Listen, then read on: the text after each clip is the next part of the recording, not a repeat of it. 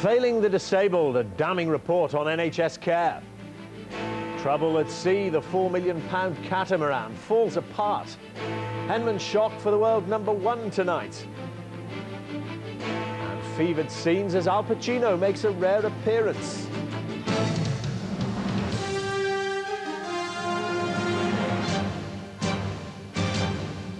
From ITN, the ITV Nightly News with Dermot Monaghan. Good evening. The Health Secretary, Alan Milburn, admitted today that disabled people in some parts of the country were getting a frankly second-class service from the National Health Service. He said it was unfair to patients and to the taxpayer. He was responding to a report from the Audit Commission which said people with disabilities were kept waiting too long for equipment which was often outdated or unusable. Here's our political editor, John Sargent. Helen Smith's experiences highlight the problems uncovered in the Audit Commission's report. Just over 2 years ago, she lost both her arms and her legs after suffering from a form of meningitis. The false limbs supplied by the NHS were inadequate. She raised £30,000 for one supplied by a private clinic. After a year of constant letter writing to anyone that will listen or have any kind of influence, and the NHS now do pay for part of my limbs, but unfortunately there's so many people that are still wearing uncomfortable limbs and they just can't get on with their lives, which they deserve to do. The report on NHS disability services said millions of people in England and Wales were left without vital equipment. A quarter of artificial limbs don't fit properly, causing pain and discomfort. 1 in 5 people have to wait more than 2 months for a wheelchair. 1 in 3 NHS hearing aids either don't work or can't be used because patients aren't shown how. And up to 4/5 of community disability equipment is lost, wasting millions of pounds. The report's authors, along with NHS experts and the Health Secretary, discussed the findings at number 10. The government insists action will be taken to bring the worst areas into line with the best. There are some instances of superb practice in the NHS, but there are some instances of second-rate practice, and that is unfair both to patients and to taxpayers. We've got to change that. Part of the big boost to NHS spending announced in the budget can be used to help. But what this report demonstrates yet again is how important it is to see that money is spent properly on patients. John Sargent, ITN, Westminster. Team Phillips, the £4 million catamaran designed to sail around the world in record time, came to grief today on her first sea trials. She was off the Isles of Scilly when both carbon fibre bow sections buckled and one broke off completely. ITN's Terry Lloyd reports. The £4 million super yacht was undergoing sea trials when disaster struck. This was the moment the Team Phillips craft began breaking up. The port bow in the top right of the picture here buckled and gave way. Within seconds, a 25-foot section of the hull broke away from the main structure. One of the crew moved as close as he could, but was powerless to prevent it floating away out to sea. The 6-man crew, headed by Pete Goss, were dressed in survival suits ready to abandon ship, and a lifeboat was on its way. Goss had been testing the revolutionary carbon fibre yacht, which was designed to slice through waves in the roughest seas. What went wrong remains a mystery. The crew were alerted by a loud bang. It took 2.5 years to plan and build, and represented the skipper's personal dream to set a new record for sailing around the world, setting off next month. It's a real disaster. You don't need to be a sailor to understand that, but life goes on, doesn't it? It's a real tragedy, it's very sad, but we just have to pick ourselves up and start moving forward. Only 2 weeks ago, the yacht sailed majestically up the Thames for an appointment with the Queen. I name this yacht Team Phillips. God bless her and all who sail in her. Pete Goss admits the damage to his yacht is catastrophic, but he says though he may be down, he's not out. He's determined to find out what went wrong, carry out repairs, and be ready to take part in the race around the world in December. Terry Lloyd, ITN, Penzance. The Ulster Unionist leader David Trimble said tonight he would be prepared to talk to the IRA face-to-face if it would help kickstart the peace process. In an interview for Irish television, he said he would meet them, but only to discuss the decommissioning of weapons. The partial privatisation of British Nuclear Fuels Limited was today put off until after the general election. It's because of its problems at Sellafield, though the government coincidentally announced today that BNFL is being entrusted with the management of the Aldermaston atomic weapons factory. Joe Andrews reports. After the safety scandal that's just hit BNFL's Sellafield reprocessing plant, it's hardly surprising that privatising the company has been kicked into the long grass until well off to the next election. Earlier this week, the Irish and Danish governments appealed for it to be shut altogether. But today, the Prime Minister made it clear he's committed to keeping it open. The workforce are immensely dedicated and talented and skilled people. And I am quite sure that with their dedication, their talent, the clearance with the Health and Safety Executive and the new plan that will be submitted, BNFL can go back on a sound and secure footing for the future. But despite fierce criticism of BNFL's management, ministers also agreed today that the company, as part of a consortium, can take over the running of Aldermaston, Britain's nuclear weapons producing establishment. Friends of the Earth thinks it's clearly wrong. BNFL shouldn't be allowed any new business, shouldn't be allowed onto any new nuclear sites until they've shown demonstrably to everyone that their safety record has been restored. By delaying privatisation, ministers have bought the company some time, but at a cost.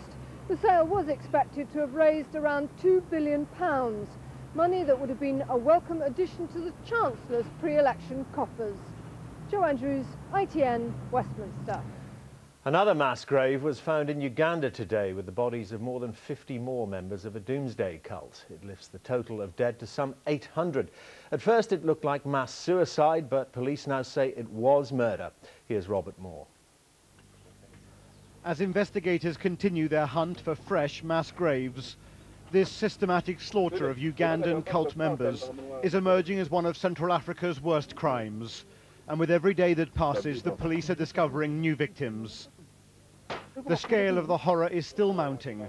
This doomsday cult apparently believed the new millennium would bring the end of the world. The failure of that prediction seems to have led the cult leaders to strangle and poison their followers. It is now thought that as many as 800 people may have been killed, and the investigators are now starting to dig at 5 more sites. The worst single atrocity appears to have been at this church in southwestern Uganda, which was burnt down 12 days ago, with up to 500 men, women and children trapped inside. There is some confusion about the fate of the cult leaders themselves. Many of the dead have been found in the house and garden of Dominic Kataribabo, but it's not clear if he is dead or alive. Ugandan investigators and pathologists must now continue their work of investigating these murders, which may now rank as one of the worst cult-inspired mass killings in history.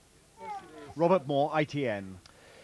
The Austrian resort of Zellandsee was today mourning the 11 ski instructors killed by an avalanche yesterday. Bad weather ruled out any search for 2 missing snowboarders. Our senior correspondent Mark Austin reports. So bad were conditions high in the Alps today that the mountain rescue helicopters were going nowhere. The search teams, their equipment and their dogs were grounded. And this evening the bodies of 2 missing snowboarders remain buried, perhaps in as much as 10 metres of snow. Colleagues and relatives of the ski instructors who died in this avalanche attended a church service today, consoling each other and trying to work out how this could have happened. Many of the ski runs here remain open. The instructors who died were skiing on dangerous terrain well away from these regular pistes. In the next few weeks, thousands of British skiers will be heading to the slopes for Easter. But this tragedy once again raises a question. If experienced skiers like those killed yesterday can fall victim to avalanches, how safe is the holiday skier? One of the instructors who survived the avalanche said this afternoon he had no idea how it started. All he remembers, he said, was an enormous roar, his feeling of terror, and then being thrown upside down. This evening, this alpine village is in mourning as the mountains claim yet more victims. Mark Austin, ITN, Zellandsee, Austria. Leeds United and Spurs were ordered to pay record fines by the FA today for the brawl on the pitch at Elland Road last month. The incident will cost the clubs £150,000 each for failing to control their players. Both were warned that they would lose Premiership points if it happened again. In tennis, Tim Henman snatched defeat from the jaws of what would have been a famous victory tonight. He had the world #1, Andre Agassi, on the brink of defeat in the Ericsson Open in Miami and then started double faulting. Here's Graham Miller. The wobbles of Wimbledon came early for British tennis fans tonight. Tim Henman had 4 match points to beat world #1 Andre Agassi in the latest tour event in Miami. But in a match that could well have defined his year, he failed to take them. It was the biggest challenge of the season so far for Henman, and after losing that opening set 7-5, the British #1 showed he still has the appetite to compete at the top level when he came back to take the second 6-1 to get back on level terms in the searing heat.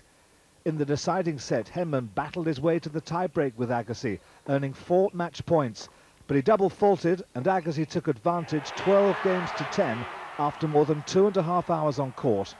I had a lot of opportunities early in the third, 15-40 a couple times, break point another time, and he played so clutch on those game points, and he managed to get the lead. But then when it was time to put me away, he kind of missed a few crucial first serves, and I got a little lucky.